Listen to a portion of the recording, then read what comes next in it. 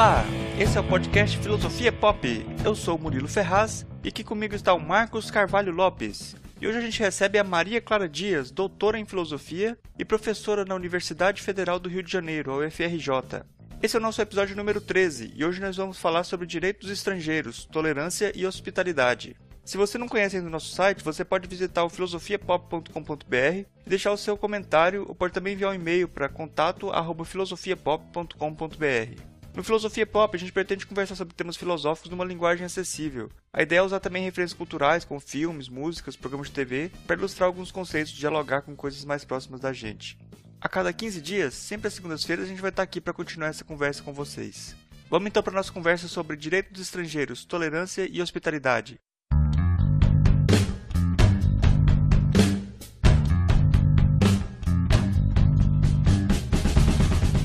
Hoje a gente tem o prazer de receber a professora Maria Clara Dias, doutora em filosofia e professora da UFRJ. Eu gostaria de pedir para você se apresentar aí para o pessoal, para quem não te conhece ainda, saber quem você é, com que você trabalha. Bom, é um prazer estar aqui com vocês.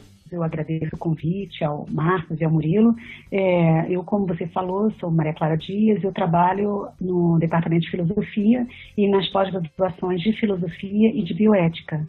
Eu trabalho com temas relacionados à ética e ética aplicada de uma forma geral, né, bioética e filosofia política.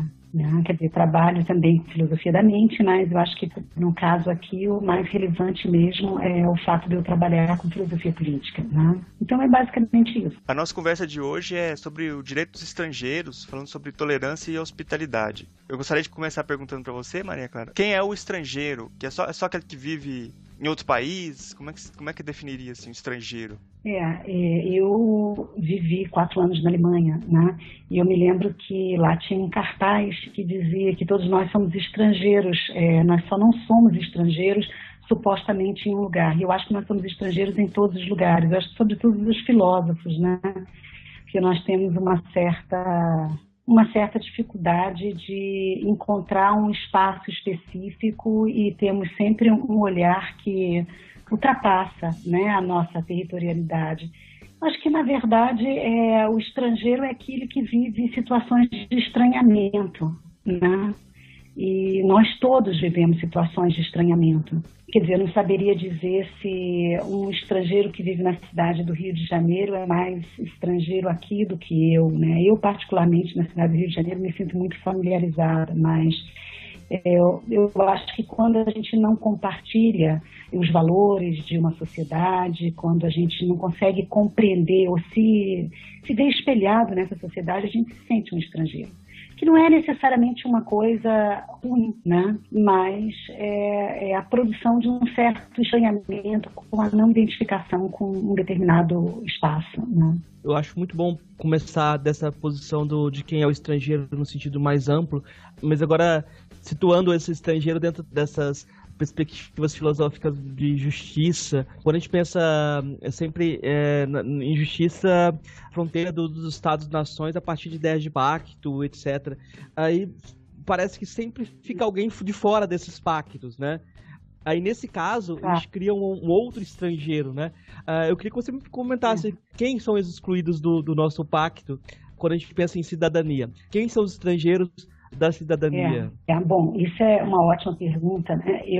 Na verdade, eu acho que talvez você saiba, né? Eu trabalho há muitos anos, já desde a época do doutorado, portanto há mais de 25 anos, com a questão dos direitos humanos, né? Eu não gosto de chamar de direitos humanos, eu prefiro chamar de direitos básicos para incluir outros seres, né?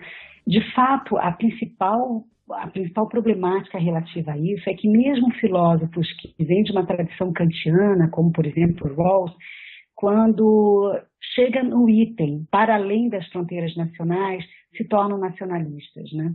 E isso me parece muito problemático. As pessoas entendam o pacto social como um pacto que se restringe a fronteiras nacionais, né? Eu acho que aí nós temos 2 pontos. Nós temos o elemento do estrangeiro como aquele que não pertence à minha nação e que, portanto, não está sobre o cuidado da minha Constituição, que geralmente são os estrangeiros no sentido tradicional, né? E outra coisa é o que você mencionou, que é quem está excluído do pacto. E aí eu diria que está excluído do pacto mais de 90% da população de um próprio país, né? Porque o pacto, como eu gosto de insistir com os meus alunos, é um pacto entre indivíduos racionais, detentores de uma suposta liberdade, que supõe uma certa independência socioeconômica, um grau de capacidade cognitiva mais desenvolvido e etc. Então, nesse sentido, nós que vivemos num país onde grande parte da população não tem acesso a uma educação satisfatória, não tem acesso aos elementos necessários para decifrar e compreender uma informação, eu acho que grande parte dessas pessoas estão excluídas desse pacto. Elas simplesmente ficam à margem desse acordo social e não conseguem sequer compreender essas regras. Então, eu não saberia dizer se essas pessoas elas são menos estrangeiros do que os estrangeiros reconhecidos como tais, né? Porque elas também estão fora do pacto. Eu acho que a grande preocupação, pelo menos minha, e eu acho que deveria ser a preocupação dos filósofos e dos pensadores que trabalham com questão de justiça, é tentar pensar uma concepção de justiça mais inclusiva, que crie um espaço para esses indivíduos, né? Nós aqui no Brasil, nós temos uma estrutura básica da sociedade bastante amigável para o estrangeiro tradicional, né, que vem de outro país. Por quê? Porque nós temos um sistema de saúde universal, né? Nós temos um sistema de educação do mesmo tipo, né? Isso não acontece em muitos países. A gente, às vezes, não se lembra ou não sabe disso, né? Há países em que, para você ser atendido pelo sistema público de saúde, você precisa ser nascido ou ter se naturalizado naquele país. No Brasil, não. No Brasil, qualquer pessoa que passe mal pode ir para um hospital público e ninguém vai perguntar para ela qual é a nacionalidade dela, qual é a renda, qual é a etnia, nada desse tipo, né? Agora, por outro lado, nós temos essa dificuldade de acesso que é pelo simples fato de que, como todas as organizações políticas, né, nós temos mecanismos da própria democracia que são excludentes, porque eles são pautados em certos padrões acadêmicos, em certos padrões de racionalidade que expurga grande parte da própria população, né? Então, eu acho que o principal desafio nosso é pensar uma democracia, mas que crie mecanismos que realize uma efetiva inclusão desse indivíduo que não é detentor desses mecanismos que eu e vocês somos, né, do discurso habermasiano, entre aspas, né? Porque, na verdade, eu acho que todos os mecanismos de democracia que nós vemos nas sociedades atuais, eles supõem esse falante ideal, né? Esse falante que é capaz de se articular pela via da argumentação racional. E o que a gente percebe é que essa perspectiva, ela exclui o menino de rua que pura e simplesmente expressa suas necessidades através de um choro, de um grito, ou simplesmente da sua expressão de fome, né?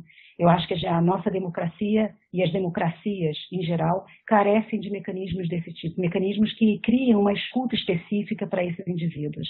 E aí você fala que a nossa democracia carece desses recursos. E como seria possível da gente ter uma implantação de algum tipo desses recursos? O caminho assim que você enxerga?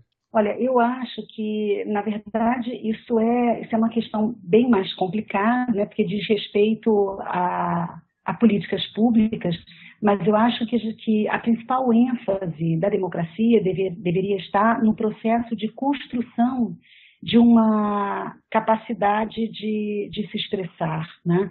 E, quer dizer, uma democracia que não se faz no momento da eleição, evidentemente, mas uma democracia que se faz na criação de espaços públicos em que os indivíduos sejam convidados, independente do seu grau de articulação dialógica, né, a interagir e a se manifestar. Eu acho que muitas vezes nós temos formas muito opacas para a maior parte dos indivíduos, né? Quer dizer, é claro que uma pessoa, por exemplo, que possui algum tipo de deficiência mental, ela tem muito mais dificuldade de expressar suas demandas. Então, a gente precisaria criar espaços em que essas pessoas se sentissem mais à vontade, né? Eu acho que há certo tipo de situações em que a pessoa ela sofre um enorme estigma social. E a internet é um meio que muitas vezes a protege desse estigma. Então, eu acho que a forma de participação política a partir de mecanismos desse tipo, como redes sociais e internet, eu acho que poderia proteger um grande número de pessoas que teriam dificuldades de se expressar de outra forma, né? E, é claro, fazer com que os próprios representantes políticos tenham uma capacidade de escuta mais apurada das demandas da população. Isso exigiria todo um processo de construção dessa escuta também, que não é oferecido. Eu acho que, na verdade, esse é um caminho bastante longo que deveria ser desenvolvido nos mais diversos âmbitos da sociedade, através de uma preparação mesmo das pessoas em hospitais, em escolas, em universidades, para perceber a diferença de outra forma e perceber que ela precisa ser atendida por mecanismos diferenciados, né? Quer dizer, uma forma de desenvolver, inclusive, micromecanismos de atuação e não apostar o tempo todo na macroestrutura de poder. Eu acho que sobre esse aspecto, nós brasileiros, porque temos um enorme jogo de cintura, nós temos uma certa facilidade em fazer isso, né? Em tentar criar dispositivos micro nos diversos espaços para atender certas demandas. Eu acho que a gente deveria investir mais nisso. Eu acho que é um caminho muito interessante essa ideia de uma espécie de fundamentação ética da política, né? Você tem pressupostos de comportamento, pressupostos de cidadania para a própria existência política. Nesse sentido, eu acho que a professora Maria Clara tem um trabalho interessante falando sobre as UPPs, a criação das UPPs no Rio de Janeiro e outros projetos de intervenção nas favelas, na relação entre favela e asfalto, que apontam bem para essa necessidade de escutar outras vozes, de ouvir as demandas do outro. Eu queria que ela comentasse um pouco sobre isso. Sim, na verdade, eu fiquei muito chocada, né? Quer dizer, quando houve a implementação das UPPs, do modo como ela se deu, eu me lembro quando houve a tomada do Complexo do Alemão, e foi uma situação que eu que estava vendo em casa, eu fiquei traumatizada, e eu fiquei imaginando o que sentiriam aquelas crianças que estavam na janela de suas casas, vendo os canhões entrarem daquela maneira, né? E todo o processo de introdução das UPPs na favela foi um processo em que eles supostamente legitimaram pela introdução também de recursos de ordem social. Eles, por exemplo, instalaram postos para tirar CPF, identidade e tudo.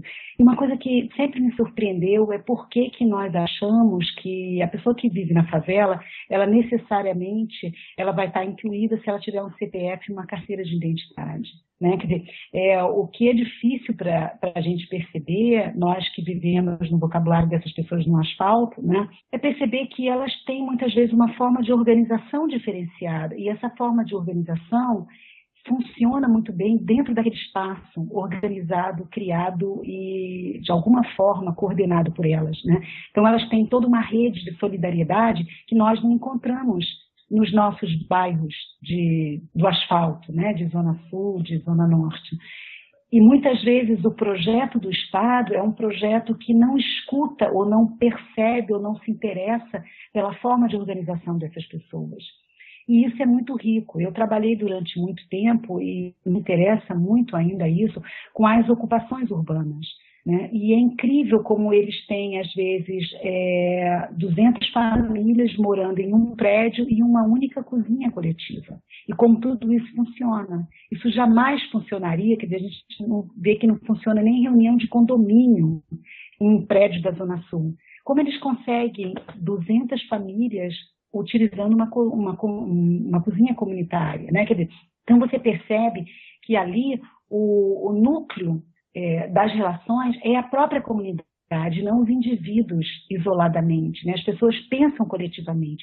E isso poderia ensinar muito a nós, que vivemos de uma outra forma, né? Quer dizer, a sermos menos individualistas, a criarmos mesmo propostas de construção coletiva, né, de uma sociedade, de uma cidade, de um país. Então, eu acho que, e nesse trabalho ao qual você se refere, eu faço uma comparação com um trabalho realizado na comunidade da Maré, né? Eles têm todo um projeto voltado para a construção de uma identidade positiva do morador da comunidade. E isso é muito importante, porque na maior parte do tempo, eles são o tempo todo bombardeados com o que nós não temos, o que nós não somos, quando na realidade eles têm muita coisa, né? E eu acho que um pouco do que deveria ser projetado para o resto da sociedade, ao invés de ficar apresentando o morador de comunidade como aquele que está sempre em falta, né? Mostrar como aquele que tem algo de positivo para nos ensinar, né? Uma forma de interagir muito mais solidária, uma forma de construir a sua identidade que não passa tanto pelo possuir, mas sim pelo ser, né? É o tipo de indivíduo que você consegue ser dentro daquela coletividade. Então, eu acho que nós temos muito, de fato, a refletir sobre isso. Eu acho que a moralidade tradicional, e a moralidade tradicional eu falo sobre esse paradigma forte de uma racionalidade bastante restritiva, bastante moldada no modelo iluminista, ela deixa muito a desejar a moralidade que nós deveríamos pensar hoje em dia, né? Não que nós tenhamos moralidades diferenciadas, quer dizer, eu acho que a pretensão da moralidade é a mesma, né? É de de expandir e de ter uma proposta de inclusão, ser cada vez mais universalista. Mas eu acho que essa tradicional, evidentemente, fracassou nesse projeto. E eu acho que nós temos que agora repensar quem é esse outro que pertence à nossa comunidade moral e nós não conseguimos ver, nós não conseguimos escutar, né? E aí eu penso não só nos seres humanos, mas também em outras formas de entidades, em animais não humanos e etc., né? E eu acho que eu acabei me distanciando muito do que eu estou falando, né, da questão do estrangeiro oficial, né? Mas eu acho que é um pouco isso. Na verdade, a ênfase da moralidade, ela não está a qual grupo político você pertence, né? Ela está quais são as suas demandas enquanto indivíduo. E uma tentativa de responder a essas demandas de onde quer que você venha, quem quer que você seja.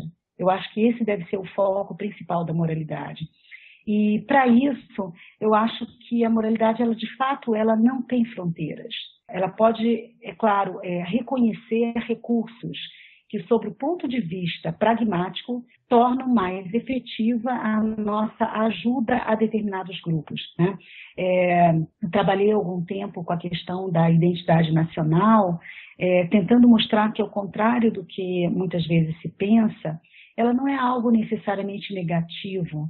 Ela pode ser percebida como uma forma de aprender a estar com o outro e a assumir compromissos com o outro. Quer dizer, o indivíduo que assume compromisso frente aos seus conacionais é um indivíduo que tem maiores chances, no meu entender, de assumir compromissos globais, né? Quer dizer, então, a construção de uma identidade nacional pode ser um passo para a construção de uma identidade global. E, por outro lado, há contextos em que, claramente, nós deveríamos nos sentir mais compromissados para com os conacionais. Contextos em que, por exemplo, nós vivenciamos políticas que são estabelecidas por representantes políticos nossos, que nós elegemos, né? Quer dizer, se um país como a França, como a Alemanha ou como a Rússia possui regras ou possui leis homofóbicas, racistas e etc., isso é uma coisa que me causa um certo desconforto enquanto ser humano. Mas eu não me sinto responsável por essas leis. Agora, se o Brasil é um dos países com maior índice de agressividade com relação aos homossexuais, isso me atinge diretamente. Porque essa, num certo sentido, é a sociedade que eu estou construindo. E se seus políticos não conseguem estabelecer uma certa radicalidade nas leis que punem esse tipo de comportamento, isso me torna responsável também, porque eu elegi esses políticos. Entende? Então, eu acho que esse é um aspecto em que a identidade nacional começa a pesar. No momento em que eu tenho uma atuação política aqui e não na Rússia, e não na França, na Alemanha e etc.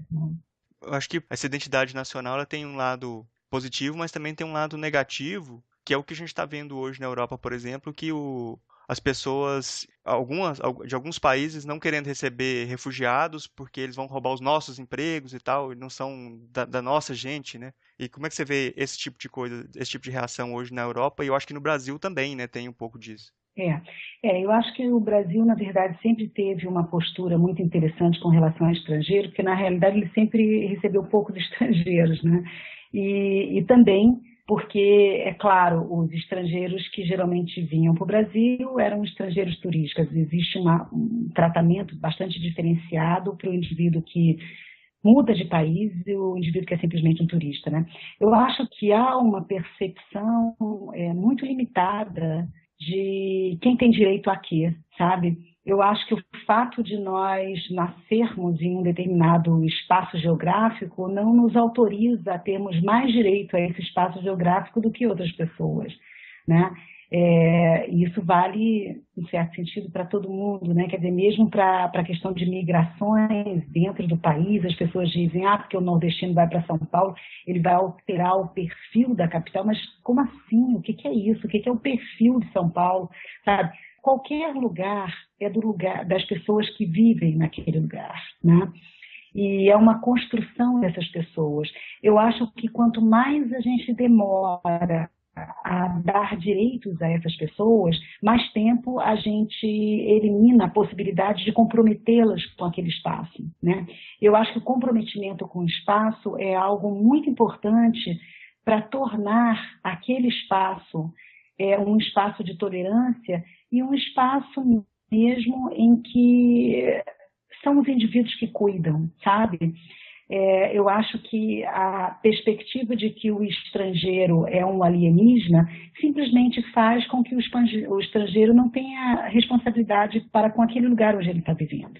Isso é algo ruim, né? Quer dizer, quando você está vivendo em um lugar, você, de alguma forma, assume compromissos também. Você recebe direitos, mas você só assume compromisso quando você tem direitos. Eu acho que isso vale não só para o estrangeiro, mas vale como o indivíduo nascido no Brasil, mas que está à margem dos direitos da maior parte dos cidadãos, né? As pessoas vivem falando da criminalidade no Brasil e maioridade penal, esse tipo de coisa. A gente deveria se perguntar que tipo de direito essas pessoas têm. Quando foi que nós vimos os direitos delas reconhecidos? Quer dizer, a gente só pode cobrar delas um certo compromisso com as nossas leis se, de alguma forma, as nossas leis ou a nossa sociedade reconheceu o direito que elas têm a se alimentar, a morar, a se vestir e assim sucessivamente. E nós efetivamente não fizemos isso, né? Ou pelo menos não fizemos nada na construção da efetivação desses direitos. E eu acho que o processo que a Europa vive já há alguns anos, né, é um certo estranhamento com a globalização de uma maneira geral, né? Eu acho que o europeu adotou uma atitude que, sobre o ponto de vista psicológico, me parece muito próxima, às vezes, à da criança, né? Quando você não tem muita certeza sobre sua própria identidade, quando as pessoas começam a tentar diluir a sua identidade, o seu principal recurso é você se fechar numa identidade bem pequena, bem restrita, né? Eu acho que foi mais ou menos isso que aconteceu com o momento em que a Europa resolveu abrir internamente as suas fronteiras.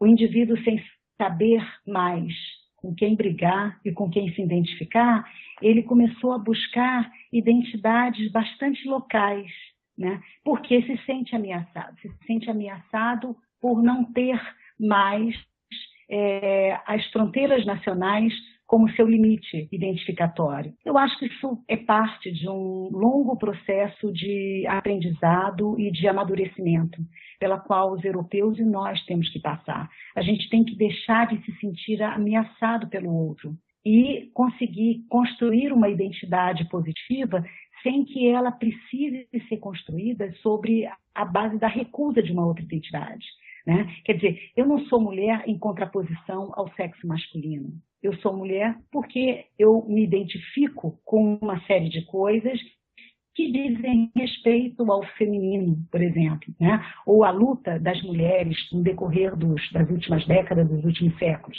né?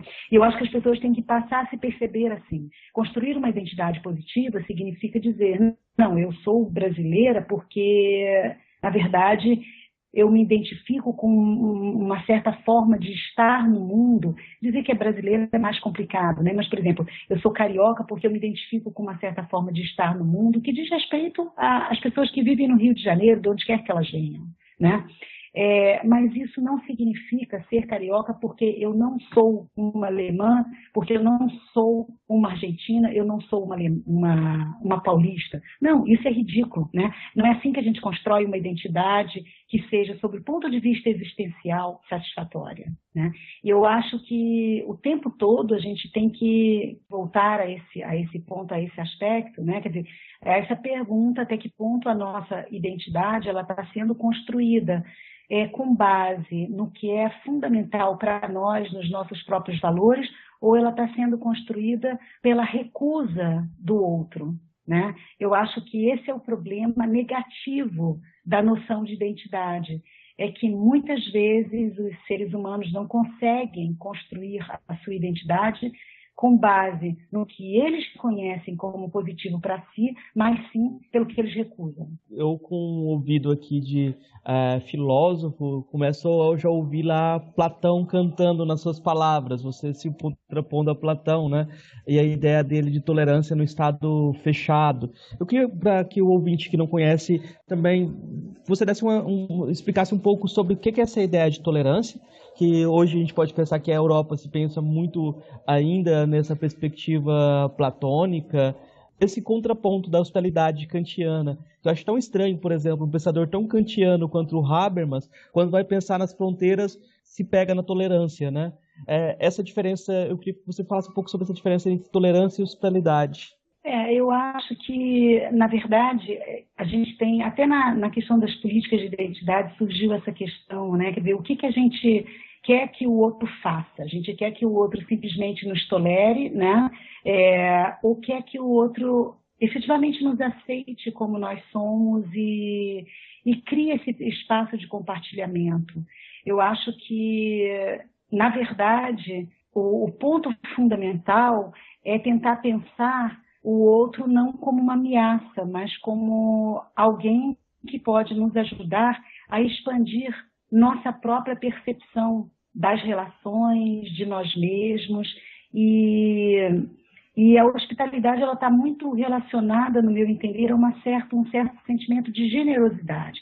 Um sentimento de generosidade que só pode ter quem tem construído uma identidade positiva, né? Quer dizer, eu só não recuso ou não me protejo do outro, que é um pouco, muitas vezes, o que a noção de tolerância traz, né? Uma certa percepção de que eu preciso me proteger. Então, eu tolero para ser tolerado. Dentro ainda da perspectiva contractual, né? Quer dizer, eu espero que o outro me tolere, então tolero também. Mas parece que, que no fundo disso, quer dizer, o background disso é um certo sentimento de que o outro me ameaça.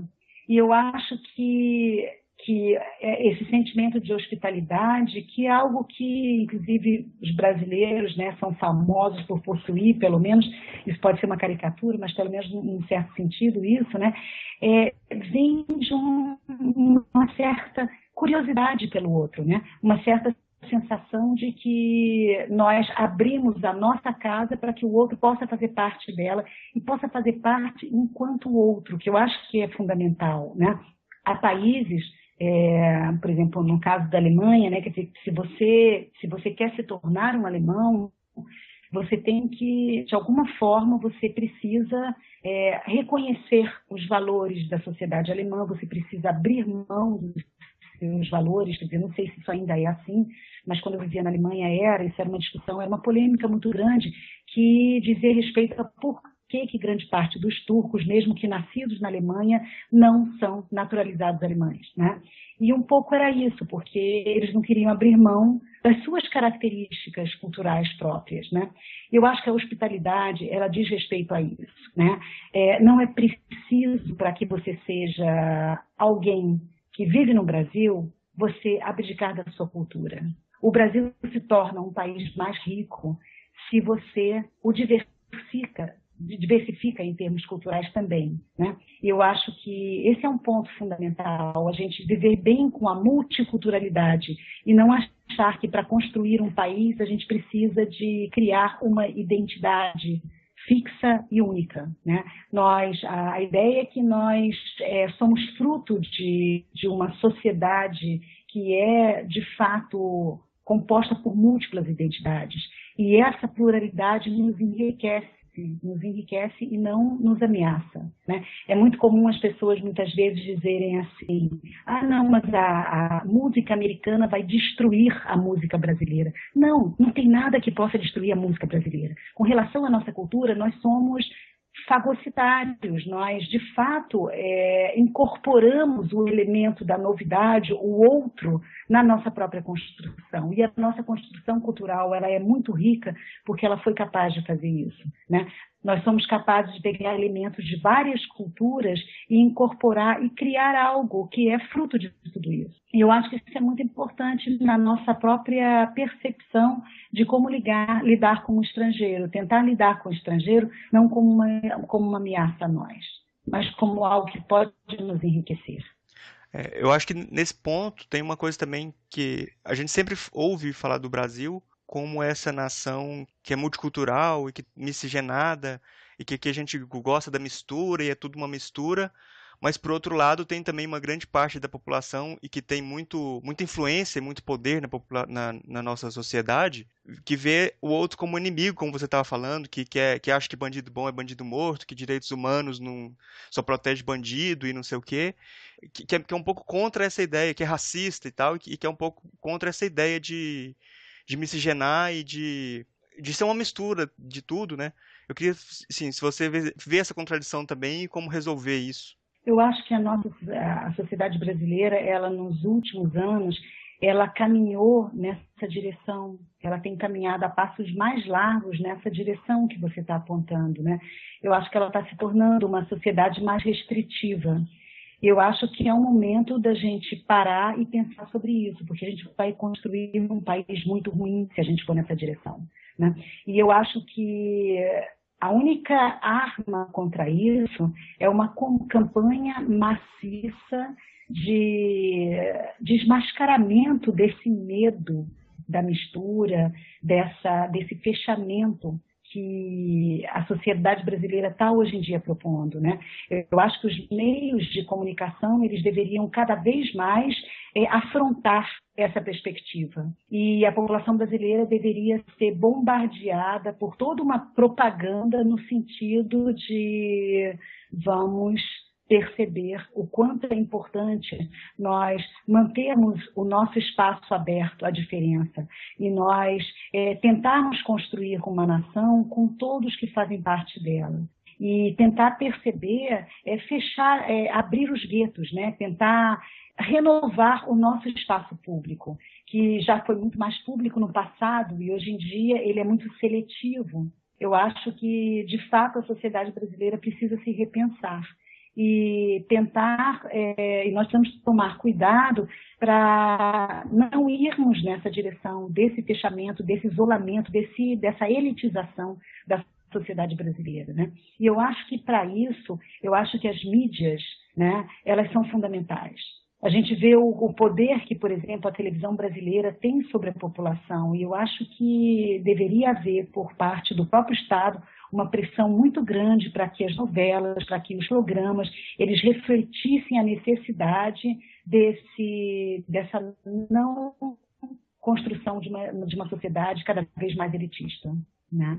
E, é claro, as nossas universidades também, porque o que a gente percebe é que também, cada vez mais, as nossas universidades e as universidades federais estão se tornando bastante elitistas. Elas têm desenvolvido um discurso muito elitista nos últimos anos, sobretudo em contraposição a certas medidas governamentais como as ações afirmativas, né?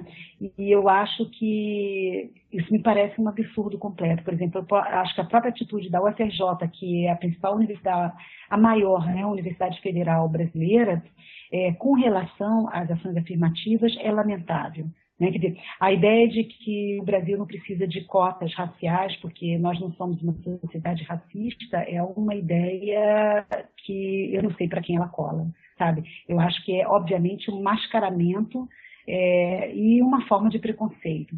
Dizer que o nosso único problema é de ordem socioeconômica é simplesmente uma mentira, né? E eu acho que dentro da universidade nós devíamos tomar muito cuidado com o discurso que está sendo, de fato, realizado e propagado entre os nossos alunos. Nós deveríamos pensar que os nossos alunos vão ser, em grande parte, os que vão ter voz ativa na sociedade. Precisam ser pessoas mais conscientes também. Eu queria trazer um exemplo, é um exemplo bem pontual, mas eu acho que pode ajudar a gente a pensar sobre até os limites da nossa ideia de cidadania. A situação dos sírios no Uruguai. Eu não sei se a Maria Clara acompanha, tem alguma notícia disso, mas a situação é que eles foram abrigados pelo Uruguai, fugindo da Líbia. Estão no Uruguai, parece que desde outubro do ano passado, mas agora estão manifestando, querendo ir embora do Uruguai, porque não gostaram, não estão se adaptando, diz que fugiram da guerra, mas não para viver na pobreza, né? Então é uma coisa assim que os uruguaios, muitos uruguaios ficaram indignados com isso, e deles quererem voltar para a Síria ou voltar para o Líbano não quer receber eles de volta, né? Quando eu olhei assim a situação que eles foram colocados no Uruguai, o projeto de recepção deles não é dos mais... não é um projeto ruim do governo uruguaio, mas simplesmente eles não gostaram, eles não querem ficar lá. Eu acho que é interessante para pensar essa ideia que você defende de ouvir o outro, não é? Sim.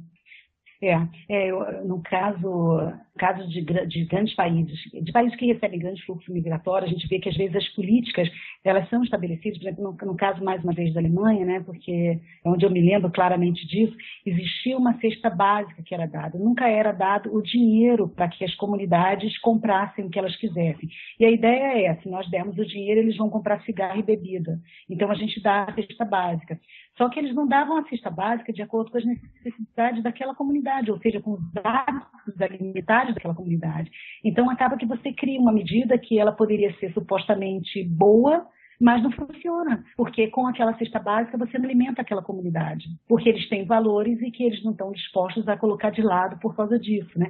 Então, eu acho que esse é um elemento muito importante, quer dizer, se a gente vai abrigar uma comunidade culturalmente distinta da nossa, a gente precisa minimamente estar preparado para compreender os traços culturais daquela comunidade, né? E eu acho que eu digo isso, quer dizer, eu estava conversando antes com o Marcos, né, sobre a questão dos projetos de intercâmbio com países africanos no Brasil. Eles deixam muito a desejar, sobretudo porque eles não amparam esses alunos. Nós não temos mecanismos eficazes de suprir, muitas vezes, as demandas desses alunos. Aqui no Rio de Janeiro, a maior parte dos nossos alunos, eles iam viver em comunidades já estabelecidas e que estavam, muitas vezes, vinculadas ao tráfico, porque eram pessoas que vieram em outra situação e não tinham muito como se manter aqui, etc., né? Quer dizer, então, eu acho que a gente tem que ter essa preocupação. Se a gente pretende receber o estrangeiro, a gente precisa criar uma base infraestrutural para que ele possa estar de uma forma digna naquele espaço e precisa também conhecer o estrangeiro, né? Eu sei que vocês têm um interesse também sobre a questão cultural de uma maneira geral. Eu considero que a principal forma de ampliar os horizontes da moralidade é através da sensibilização pela arte, né? E eu acho que seria necessário todo um trabalho no sentido de tentar conhecer aquela cultura através de filmes, por exemplo. Eu acho que no Brasil, nós durante muito tempo, nós recebemos um grande contingente de filmes do mundo árabe. E eu acho que isso criou uma certa tolerância para o mundo árabe, uma aceitação, uma compreensão do mundo árabe muito maior. Eu acho que isso é muito importante. É importante a gente tentar perceber aquele indivíduo não como ele simplesmente é um estúpido, ele faz parte de uma religião com a qual eu não concordo e que me parece irracional. Não, vamos tentar ver como aquelas pessoas vivem e como aquilo funciona dentro do horizonte dele. Exemplo, para os meus alunos, um filme chamado Laços de Fé, que é, na verdade, um filme sobre uma comunidade fundamentalista em Jerusalém, uma comunidade israelense, né? E o filme mostra o contraste entre duas irmãs que vivem nessa comunidade e uma delas, a partir da dificuldade de aceitação da situação dela na comunidade, ela acaba resolvendo se matar, né? E antes dela se matar, a irmã dizia, olha, existe todo mundo lá fora e por que que você não vai tentar encontrar esse mundo, o seu espaço nesse outro mundo? E ela simplesmente diz, esse outro mundo não tem o menor sentido para mim. Eu só conseguiria viver e me realizar nessa comunidade. Se essa comunidade não me aceita, então eu prefiro a não vida, né? Eu acho que a gente tem que se dar conta de que muitas pessoas são assim, sabe? Quer dizer, há pessoas que têm um certo grau de envolvimento com a sua cultura, a sua religião tão forte, que essas pessoas não podem, como nós, talvez, abrir mão dessa cultura e dessa religião. E a gente precisa aceitar essas pessoas desse jeito, né? A gente precisa, de alguma forma, criar para elas um espaço onde elas possam existir na nossa sociedade política sem que esse espaço seja invadido, né? Eu acho que é uma tarefa muito difícil, e é uma tarefa muito difícil para o brasileiro também, já que o brasileiro ele é esse misto cultural de séculos atrás, no certo sentido, né? Quer dizer, os nossos estrangeiros são, na verdade, as pessoas que construíram a nossa nação. E hoje em dia, do Iapoque ao Chuí, a gente vê uma diversidade cultural muito tênue se a gente compara com países europeus, por exemplo. Vendo assim, desse ponto de vista que você falou, da cultura, de como algumas pessoas se definem muito a partir da sua cultura e são ligadas de uma forma muito forte com a religião e com a cultura e tal. Queria saber sobre o que você pensa sobre aquelas charges do jornal Charlie Hebdo lá da França, lá o jornal satírico lá, que teve aquele episódio que eles faziam caricaturas do Maomé e que teve todo o assassinato dos cartunistas, e agora também voltaram com aquela imagem do menino lá que morreu o refugiado, né? Queria saber a sua opinião sobre isso. Sim. Eu acho que nós deveríamos ser mais respeitosos com as culturas alheias, sabe? Eu acho que eu, por exemplo, sou ateia, né? Mas eu consigo entender o que pode significar para uma pessoa religiosa ver aquilo que é fundamental para ela ser debochado por outras pessoas, né? E eu não consigo deixar de perceber um grande desrespeito por isso, né? Da mesma maneira que me agride uma pessoa que tem uma atitude homofóbica, uma pessoa que tem uma atitude racista, e que eu acho que essas pessoas deveriam de alguma forma ser punidas, eu consigo compreender que uma pessoa religiosa possa se sentir agredida também com atitudes desse tipo, né? O mesmo grupo, na verdade, evitou fazer certas charges de deboche contra os judeus, né? Eu acho que isso já demonstra um certo preconceito e uma certa indiferença e tentativa de tornar invisível certos valores com os quais nós não pactuamos, né? E eu acho que se a gente de fato quer um mundo onde cada um tenha um espaço de respeitabilidade mínima, a gente tem que ser bem mais cuidadoso com isso, sabe? Porque se para nós, muitas vezes da filosofia, né, os valores que importam são valores de outro tipo, para outras pessoas podem não ser, né? E nós temos que passar a respeitar isso, que esses elementos são fundamentais para essas pessoas. E se nós queremos, de fato, que também nas nossas sociedades os nossos valores sejam respeitados, né? Quer dizer, outro dia, por exemplo, só uma situação assim banal, eu peguei um táxi e o taxista diminuiu a velocidade quando passou por um ponto de ônibus onde tinha uma mulher bastante tomboy, né? Assim, e ele começou a diminuir a velocidade e começou a dizer, olha, não dá nem para perceber se é um homem ou uma mulher, olha só, não sei o que. Aquilo me causou um mal tão grande, né? Que eu quis descer do táxi. E eu fico pensando, por que eu me vi diretamente agredida com aquelas palavras, com aquele comportamento, né? Quer dizer, e a minha pergunta foi o tempo todo, que direito essa pessoa tem de me agredir dessa forma, sabe? Quer dizer, de infringir os meus valores dessa maneira. E eu acho que é isso um pouco que a gente deve pensar quando a gente critica certos símbolos religiosos.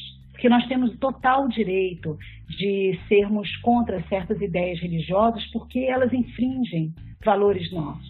Mas nós não temos, por isso, o direito de zombar, de caricaturar certos elementos que são, de alguma forma, sagrados para essas pessoas, né? Eu acho que a gente tem que ter uma percepção muito clara disso, né? Mesmo quando a gente defende certas bandeiras que são contra determinadas bandeiras religiosas, como, por exemplo, a questão do aborto e etc., nós temos que buscar um ponto de convergência, né? Por que essas pessoas são efetivamente contra o aborto? Será que elas não veem o outro lado? Existe um livro chamado Carta a uma Nação Cristã, de um filósofo norte-americano, onde ele tenta mostrar tudo o que foi feito em nome do cristianismo nos últimos séculos, né?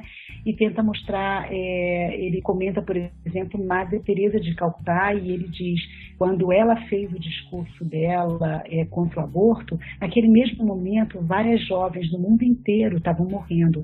E estavam morrendo porque nos respectivos estados onde elas viviam, o aborto era algo proibido. E elas não estavam tendo chances de realizar aquele procedimento de uma forma que preservasse a própria vida. Eu acho que a gente tem que ficar atento a esse tipo de coisa, né?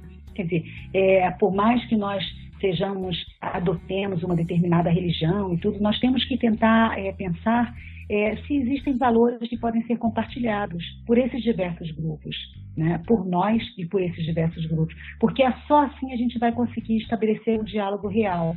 Quer dizer, o diálogo real não pode ser estabelecido na base da caricatura, do deboche, do desrespeito à cultura alheia. Então vamos partir então para a parte das indicações. Maria Clara, você tem alguma coisa para indicar para a gente hoje? Olha, eu indicaria sempre, né, a literatura como uma forma de ampliar os nossos horizontes, né? Eu acho que se nós estamos tendo dificuldades com a compreensão, com o diálogo com determinados grupos culturais diversos do nosso, a melhor forma de tentar acessar esses grupos é tentar compreendê-los através da sua própria linguagem, né? Eu acho que, por exemplo, no caso dos muçulmanos, existe uma série de livros chamada Quinteto Islâmico que fala um pouco, que conta um pouco a história, né, de uma forma literária, né, do islamismo, de como ele foi, né, convivendo, inclusive da convivência dele com outras religiões. Eu acho que quando a gente lê sobre o mundo muçulmano, a gente aprende a respeitar e admirar muito esse espaço, que hoje em dia é como o espaço da obscuridade para nós, né? Então eu acho que a minha indicação seria essa, quer dizer, filmes. Há filmes maravilhosos sobre esse entrelaçamento cultural, aquele Promessas do Novo Mundo, né, que também é um documentário feito com crianças palestinas e crianças israelenses. Há esse Laços de Fé, que é muito bonito, muito impressionante. Há vários filmes que tratam dessa questão da exposição mesmo de culturas diversas. E essa seria a minha indicação, é uma indicação e no outro lado da moeda, né? Quer dizer, com relação aos estrangeiros nacionais, um filme que eu acho muito ilustrativo do quanto um outro universo completamente diferente do nosso pode nos ensinar, é o Estamira. É o Estamira e o Lixo Extraordinário. Eu acho que ambos são filmes que tratam de uma realidade que para nós é muito repulsiva, e vendo o filme a gente percebe o quanto ela é rica, né? O quanto alguém que vive no lixão pode nos dizer, pode nos ensinar sobre a vida, sobre os nossos valores, sobre as nossas relações e etc. Então eu acho que quem ainda não viu Estamira e não viu Lixo Extraordinário deveria ver e perceber que fora desses nossos grupos intelectualizados ou grupos de classe média, há uma riqueza extraordinária e há formas de vida muito mais iluminadas, num certo sentido, né? E a ideia é essa. Eu acho que através do cinema e através da literatura nós conseguimos ampliar a nossa percepção moral de uma forma que os livros não permitem. Mas, de qualquer maneira, eu acho que tudo basicamente já foi dito, né? E eu queria parabenizar vocês por esse trabalho, porque eu acho que é justamente dessa forma, ocupando todos os espaços da mídia, que a gente vai conseguir, talvez, caminhar num sentido mais interessante para a nossa sociedade. Eu acho que a gente está com problema até de sinal de internet, etc. É uma coisa que não acontece no Brasil muitas vezes, mas essas conversas à distância assim, sempre tem essas dificuldades de som e tal, mas a gente vai vencendo. Eu agradeço muito a professora Maria Clara pela disponibilidade de conversar com a gente. Acho que aprendemos muito, e essa tentativa de aplicar e trazer as coisas para o cotidiano, de conversar com mais gente, é sempre uma tarefa que muitas vezes na academia a gente se furta de fazer isso. Vejo como uma oportunidade muito rica. Como indicação, eu vou indicar só um livro, Lendo Lolita em Teherã, um para a questão exterior, do estrangeiro fora, e outro para o estrangeiro dentro. Lendo Lolita em Teherã é uma indicação para você pensar o estrangeiro fora. Agora, o estrangeiro dentro, o primeiro livro da tetralogia do Luiz Eduardo Soares, O Cabeça de Porco, que ele fez junto com o MV Bill, o Celso Ataíde, para pensar o lugar da criança e dos marginalizados dentro das nossas grandes cidades no Brasil, né? Eu acho que aí você vai ver uma questão da invisibilidade. Eu acho que é uma boa dica. Como o livro, eu indicaria para quem está querendo se aproximar dessas questões, eu acho que é uma boa indicação o livro Fronteiras da Justiça, da Martha Nussbaum. Eu acho que é um bom ponto de partida para pensar esse pessoal que está... essas questões que a gente debateu aqui hoje, né? Uhum. Eu vou indicar um podcast, que é só o que eu ouço, né? Podcast, que é o Xadrez Verbal. É um podcast que fala sobre política internacional. Eles já falaram bastante sobre essas questões lá dos refugiados e tal. Eles sempre falam sobre isso, é bem legal. Bom, a gente está chegando aqui no final do programa. Eu queria agradecer muito a Maria Clara por ceder esse tempo para a gente, que foi muito importante para a gente aqui, e o espaço está sempre aberto também, sempre que você desejar falar de alguma coisa. E queria abrir também agora abrir um espaço para você falar sobre o seu trabalho, divulgar algum meio de contato, qualquer coisa que você queira falar. Tá, eu estou com uma página agora da perspectiva dos funcionamentos, que é uma perspectiva ética com extensão à justiça, né? Que eu tenho desenvolvido. Existe um livro que está na Amazon em inglês, existe a publicação em português pela editora Pirilampo, né? E nele eu tento justamente fazer uma proposta de uma perspectiva de justiça mais inclusiva. Nós fizemos também dentro desse projeto uma série de cartilhas, 12 cartilhas, e eu coloquei, ou a gente está colocando paulatinamente, disponibilizando também na página. A página é www.perspectivadosfuncionamentos.org, né? Escrito junto, e tem uma versão em inglês também, Functionalist Approach, mas é www.functionalapproach.org também, né? E aí o que as pessoas tiverem interesse em baixar e tudo, fiquem à vontade, mas é justamente defender uma perspectiva ética que inclua indivíduos não racionais, animais não humanos e o próprio meio ambiente, né, como objeto de consideração moral. Então, é basicamente isso. De qualquer forma, também eu tenho vários outros livros na Amazon, né, que são vendidos a R$1. Então, quer dizer, quem quiser também, só que esses não são em papel, esses são livros digitais, né? A Amazon nos permite disponibilizar os livros muito mais baratos, né, dessa maneira. E eu acho interessante porque eu acho que o objetivo do saber é ele ser difundido e não a gente viver mercantilisticamente dele, né? Mas, então é isso. Mais uma vez agradeço a vocês. Bom, obrigado aqui pela presença. A conversa foi ótima, foi um prazer ter você aqui com a gente. Eu peço para quem está ouvindo a gente comentar lá no site, o filosofiapop.com.br, que a participação de vocês é muito importante, que dá muita força para a gente continuar o nosso trabalho. Você pode mandar também e-mail para o contato@filosofiapop.com.br. Lá no site a gente vai colocar todas as referências que foram citadas aqui, os links para nossas redes sociais também, para a página do Facebook.